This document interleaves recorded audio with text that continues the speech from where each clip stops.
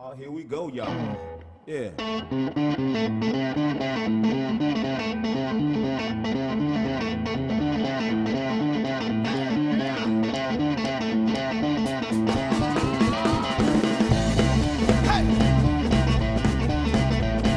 What you say? Huh?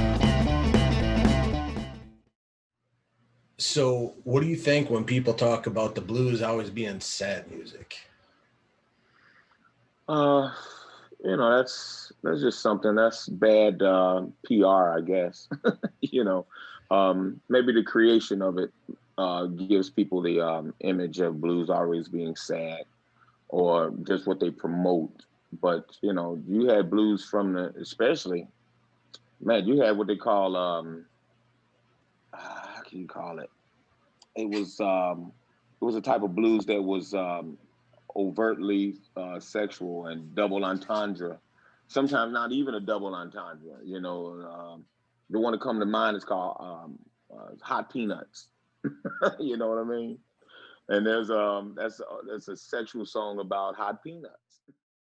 Mean it. That's what she said. I grew up around the blues. I mean, I guess I have always been in it, but as far as playing it, no. I grew up in the '70s, born in '68. So my time of learning stuff and feeling different emotions and liking girls and whatever was going on in a preteen or teenage boy's body at that time, music was around. It was blues music because my grandparents raised me. So you heard everything from Muddy to Little Walter to Al Green to the not Frankie Beverly, Smokey Robinson.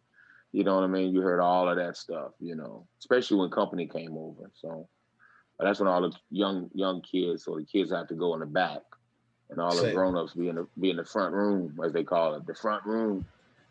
And but you hear stuff, people in the front cursing, hollering, having fun, um, you know, and then my grandfather be on the couch, and there'd be the Al Green going all night long. On the record player, as they call it, the hi-fi, on the hi-fi.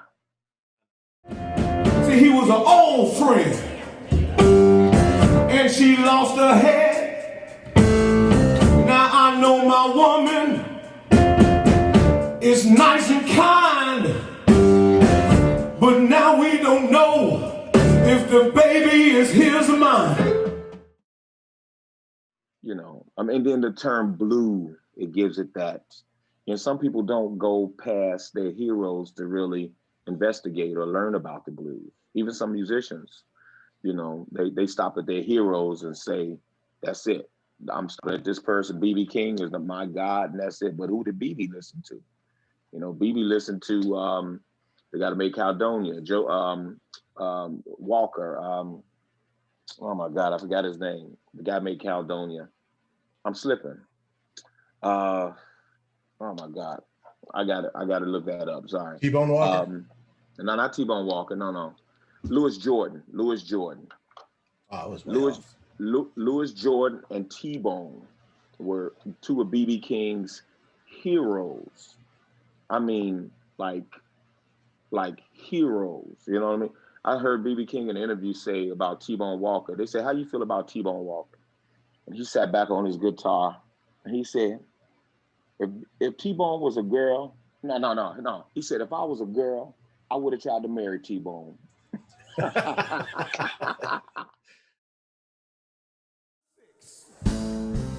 I get to my house and open my door. There he is with my woman on my living room floor. Oh, gotta walk it off. Because I'm considered a contemporary blues artist, and and sometimes people think that some contemporary guys think that I'm bastardizing the blues because I'm in a contemporary blues form or whatever, where it might sound like R&B or it might sound other than, the 145 blues that they like. But again, blues has movements. I don't know what it feels, not to have to drink out of a water fountain. You know, to have to go to a black water fountain. So that's not my blues. But Muddy and them knew about that. Willie Dixon and those guys knew about that. Sonny Boy, all those guys knew about. I didn't know about that. I know about my blues and my generation, what I go through. You know, sometimes just as a man, sometimes as a black man. It's like, this is my blues, and I write accordingly.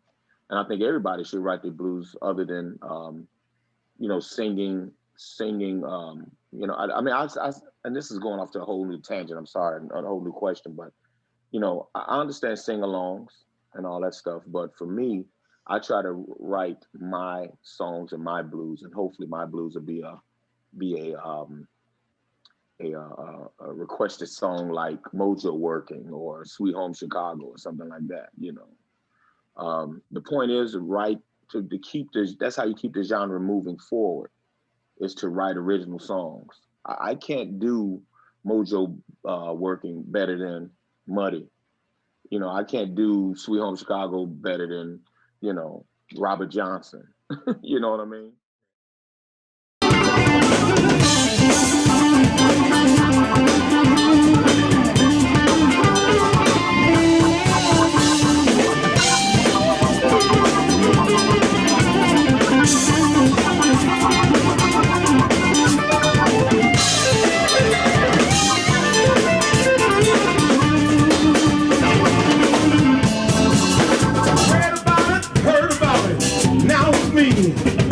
I should have seen it coming, would have stayed free. A big fancy wedding for her friends jealousy.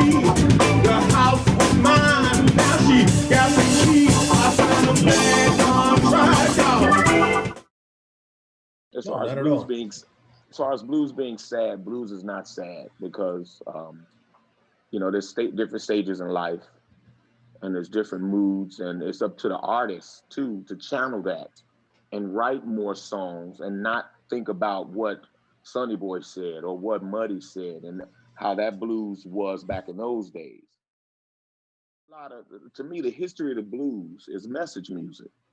And you send a message through the music, because the creation of the blues, as Willie Dixon said, I have to use these, I have to give receipts, because some people just think I'm sitting up here talking shit, you know.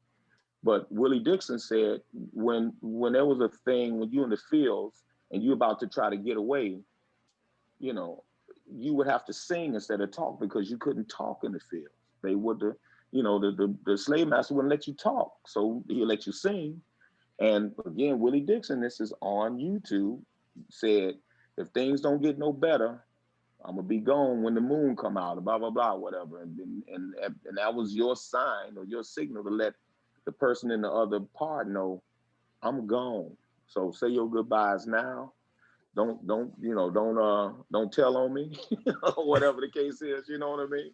You know, so, but to me, blues has always been a message music, and somehow it evolved or devolved into big booty and barbecue and drinking beer all night, you know, which is part of it, which is good.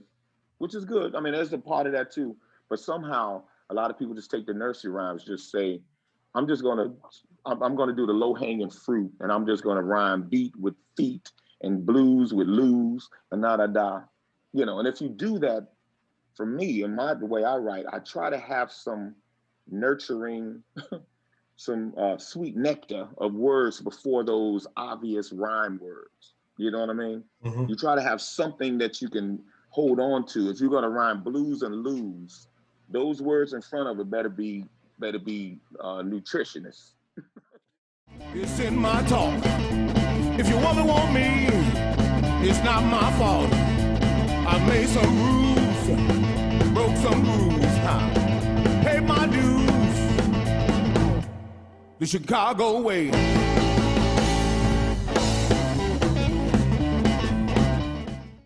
I mean, again, I understand doing stuff, you know, like for your heroes, but you know, everybody's got their own individual story. You know, they just gotta sit and be stable, as my grandmama say. Go be stable and just sit and listen to yourself and write stuff down. You know what I mean? And if it comes out, if you need somebody to help you write the music part, don't have an ego. Say, I got these words. Can you help me put them together? that kind of thing. Ask somebody, you know what I mean? If not, do your own thing. Just take the time to do it, especially now, because everybody got to sit down. Yeah. Thanks for talking to us. No, thanks for listening, man. And like I say, I encourage blues musicians to write lyrics, because even if your song don't go nowhere, you have the satisfaction of knowing when you hit that stage, I wrote this song. I sat there and looked at a wall for 20 minutes, 30 minutes a day trying to create something other than taking a lazy way out. I'm gonna learn Sweet Home Chicago. I'm gonna learn Mojo Working. To me, that's the easy way out. And that's not pushing the genre forward. You know what I mean? That nothing that's supposed to be that's why young kids don't like blues now, because it's not speaking to nothing they know. You know what I mean? And then, how do you capture the ear of somebody? Because you always need somebody to, and I know you didn't ask this question, but you always need somebody to, like Stevie Ray Vaughan came along. They said he saved the blues. Okay, cool. Whatever gets it out there. Now you got Gary Clark. Now you got Joe Bonamassa. Now you got, even though some people love Joe or they hate Joe, he's still talking about his heroes. He's still talking about blues. He's still looking back and bringing people up through him. You know what I mean? Mm-hmm. Same as what Rolling Stones did for Howlin' Wolf. You know what I mean? It was like, this is not our music. We got this from America. And if he's not on this show, some show they did back in the 60s, which is a popular show, Shindig, Rest Again, man. I'm sorry, man. And they put it this way, I don't know where this is going to go, but I hope I stepped on some people's toes. I hope I made some people think, and I hope some people don't like me for saying what I said, because they know it's the truth. You dig what I mean? Because it's all about learning. And I'm not here as a blues man to be, hey, everybody get along. Because to me, the blues should be politically correct.